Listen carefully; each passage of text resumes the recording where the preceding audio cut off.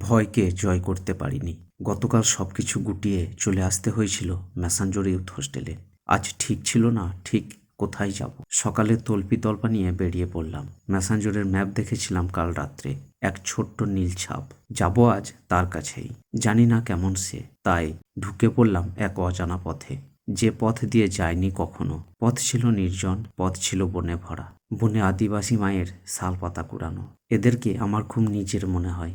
School যাওয়া ছাত্রের সাথে চলতে চলতেই গল্প করা, মাঝে মাঝে অপূর্ব সুন্দর সাঁওতাল গ্রাম দেখে থমকে যাওয়া। নিজেই নিজের ছবি তুললাম। আদিবাসীদের মতোই ওদের গাঁয়ের ছাগলগুলোও খুব ভদ্র। তারপর ধরলাম আরও নির্জন এই ক্যানালের পার। ভুল বললাম, নির্জন নয়। এই বসন্তে প্রচুর লাল শিমুল আর প্রচুর পাখি। তারপর এক দৌড়ে উঠে যাওয়া সেই নীল ছাপের কাছে। মাথার মুকুট খুলে ফেললাম। এলাম ভগবানের এই অপরূপ সৃষ্টির মাঝে। চারিদিকে পাহাড় আর বন, মাঝে এই জলধারা। মন মাতোয়ারা হয়ে গেছিল। আমি ছাড়া তেমন আর কেউ ছিল না। ঠিক করলাম অনেকটা সময় এখানে থাকবো। স্কুটিকে তুললাম বাঁধের উপর। বসন্ত বন্ধুত্বের হাত বাড়িয়ে দিল গাছ থেকে টাটকা শিমুল ফুলের ভালোবাসা দিয়ে। তল্পি-তল্পা নিয়ে নেমে গেলাম নিচে ওই জলের ধারে।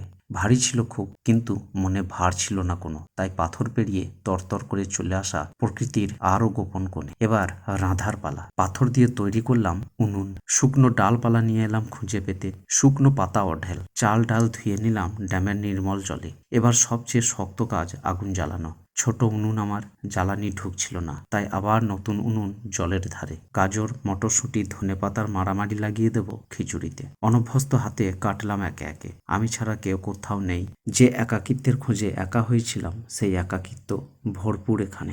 জীবনে প্রথম এই অভিজ্ঞতা। কিন্তু আগুন আমাকে নাজেহাল করে দিল। অগত্যা ব্যাকআপ হিসেবে গ্যাসের ব্যবহার। খিচুড়িতে রং ধরল আর এক আদিবাসী শিকারি দাদা এসে হাজির। আমন্ত্রণ জানালাম আমার বনভোজনে। খুন্তি ছিল না, ছুরি দিয়েই কাজ চালানো। দাদা গেল স্নান সারতে, আমি রাঁধতে ব্যস্ত। দাদা সাহায্য না করে খাবে না। তারপর গরম গরম খিচুড়ি বেড়ে নেওয়া, চলে যাওয়া বসন্তের বাতাসে ঢেউ খেলা নীল অসীমের বুকে। দুজনের দুটো পাথরে বসে পুড়ে যাওয়া খিচুড়ি ভাগ করে চেটেপুটে খাওয়া। তারপর আমার প্রাইভেট সুইমিং পুলে যাওয়া। নিজেকে জল জঙ্গলের বনের রাজা মনে হচ্ছিল। তারপর পা চুবিয়ে বসে থাকা এই অনন্তের মাঝে। মাছেদের খেলা আমার আশেপাশে। তারপর এক ঝাঁপ। শান্ত জলকে অশান্ত করা, সাঁতার কাটা, আবার কতক্ষণ চুপচাপ বসে থাকা, আবার ঝাঁপানো। দুটো পেরিয়ে গেছিল। তেল নুন রেখে দিয়ে এলাম অজানা বন্ধুর উদ্দেশ্যে। কি পেলাম প্রকাশ করার ক্ষমতা আমার মতো অযোগ্যের নেই। এই বন পাহাড়, এই অসীম এই রকমই থাকবে। একদিন থাকবো না আমি।